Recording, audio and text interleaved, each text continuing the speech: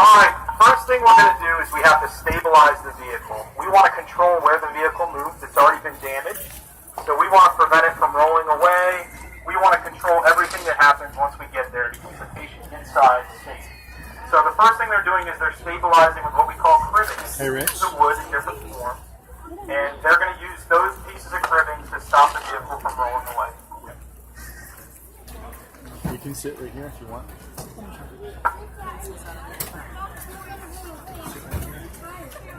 Alright, for safety we're going to try to secure the battery on the vehicle. We don't want any airbags to deploy if they haven't already. So they're going to try to reach through and safely disconnect the battery. Following that, what you're going to see is they're going to be removing the glass. Just like we don't want the vehicle to move around, we also want to control where the glass goes. So very carefully, they're going to take each of the windows. If there's somebody trapped inside the vehicle, they would put a rescuer inside the vehicle to help start treating them, and also cover them up with a blanket to keep any glass shards from getting on them. So this tool they're using on the front right now is called a glass master. It's a specialized saw that pulls the shavings of glass toward the rescuer instead of in toward the patient. So it's a special saw. Its purpose is to pull the glass away from the victim, and this is the way that they're going to cut out the front of the windshield, and then they're going to be able to just break the other windows from the vehicle. One of the other tools they're using right now is called a saw roll. You may have one of these in your house. If you're mechanically inclined. We use specialized rescue blades that are rated both for cutting glass as well as they can get through many of the different kinds of metals that vehicles are built from.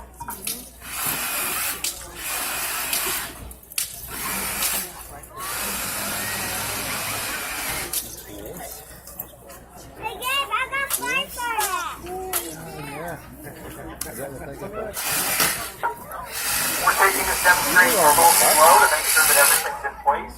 But in real life, we'd be having multiple crews work on this vehicle and simultaneously many of these different tasks would be completed. So you have crews that are responsible for stabilizing the vehicle, as well as the crews that are working on the glass and starting to take the parts off.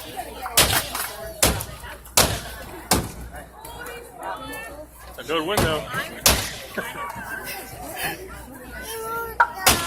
One thing I didn't mention earlier is the safety of our firefighters. Obviously, we want any victims inside the vehicle safe, but we also want to keep our rescuers safe. So they're all wearing structural turnout gear. This is very expensive equipment that's rated for both fires as well as for rescue applications like this. So it's going to keep them safe. All the firefighters you may notice have gloves on. They got to protect their hands from glass and all the hazards. Okay, yeah. And additionally, they're wearing helmets and eye protection. So just like with any project you might do in your job at home, they want to have eye protection. That's on the other.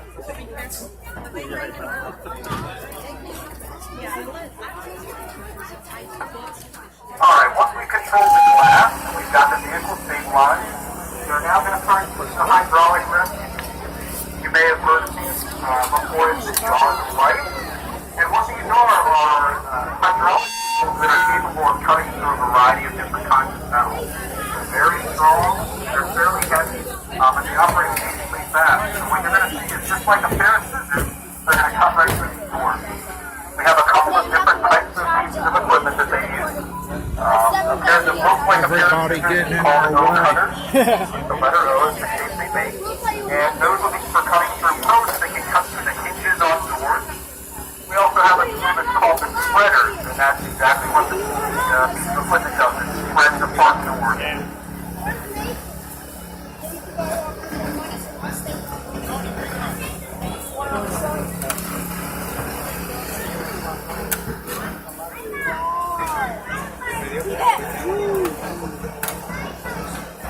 Scoot to the right just a little. There you go. Oh, crud. I can't take it about days. My storage is full. Crud.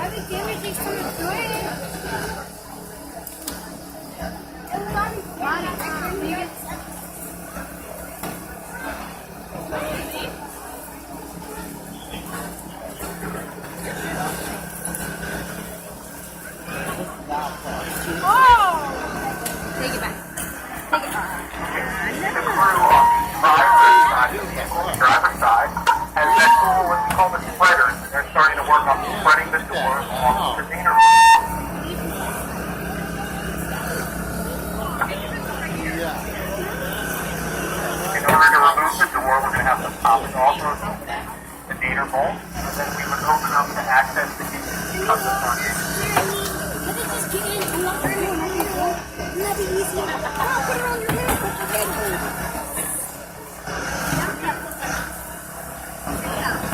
Just leave it up there. Alright, you see it's very quick, fast. They have the path inside the door. It doesn't take a lot of work. These are amazingly strong, as I said. They're capable of opening up and the vehicle is very quick. Specific order that we attack a vehicle so that everybody can come back and forth both sides of the vehicle to make sure that everybody remains safe. And that the victim inside the vehicle is also safe.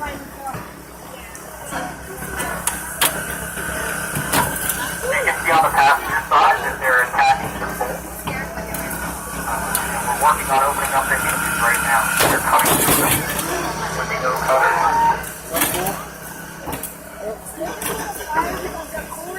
And as soon as they have the door, it's very important for us to get it out of the way. So we want to remove the door away from the vehicle so that it doesn't get in the way of our rescuers or getting the victim out.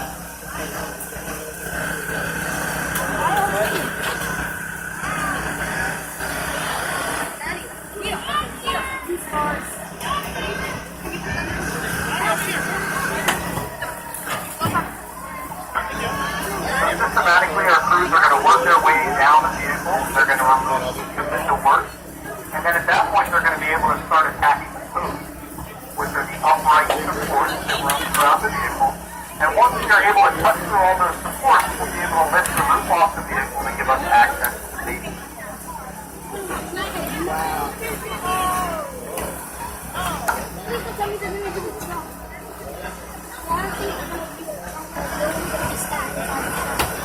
Modern vehicles are designed to crumple around, so they're supposed to protect you in the vehicle.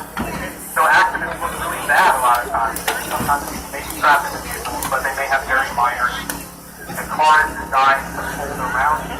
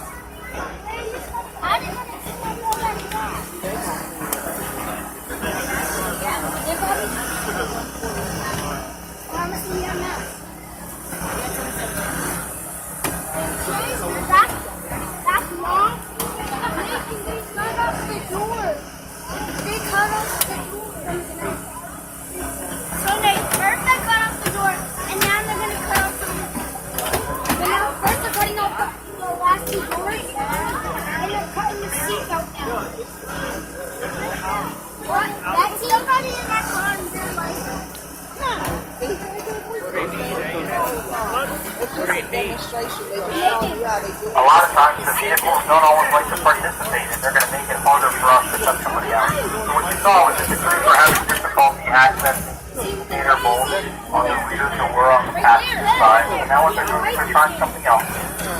One of our rules of vehicle extrication is we try a couple times, and if it doesn't work, we move on to our next plan, and we always try to have 3 plans in place, so if one plan doesn't work, we're ready to immediately move to the next.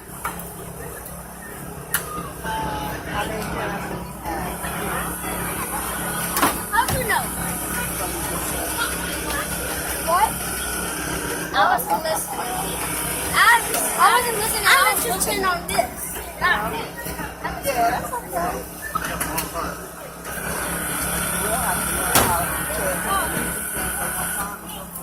Pretty strong. Eric has to listen too. He's going to be fighting for you. Oh yeah, Grady, when I was right there, when I was scratching, when I was just scratching, I accidentally scratched that. Hey, Grady, this is kind of teaching us how to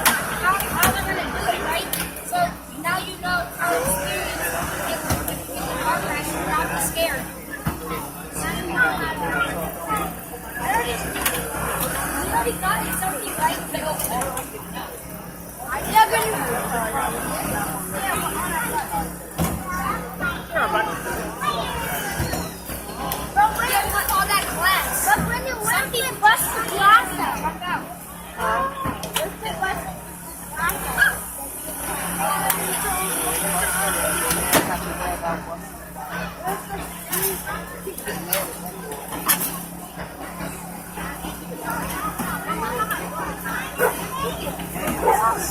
I hear the dog.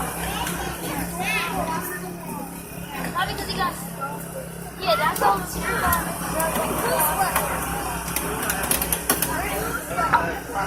So while they're working on removing the remaining doors, and then they'll start cutting the posts to remove the roof, let's talk a little bit about the piece of equipment that they're using right now. This is called the rescue truck. Rescue 8 is parked in front of you.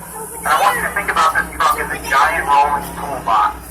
We're able to walk around the truck. We've got a lot of different equipment in it. And basically, for any kind of rescue situation, we have something that we can use on this vehicle, which is a very specialized truck. I want to see. Look, watch this. So in addition to the vehicle rescue, we also may be faced with a variety of different kinds of emergencies. We have water rescue equipment on the truck, so we can pull people out of the river if it's flooded, or if they've driven into high water, we can help them out of the vehicle.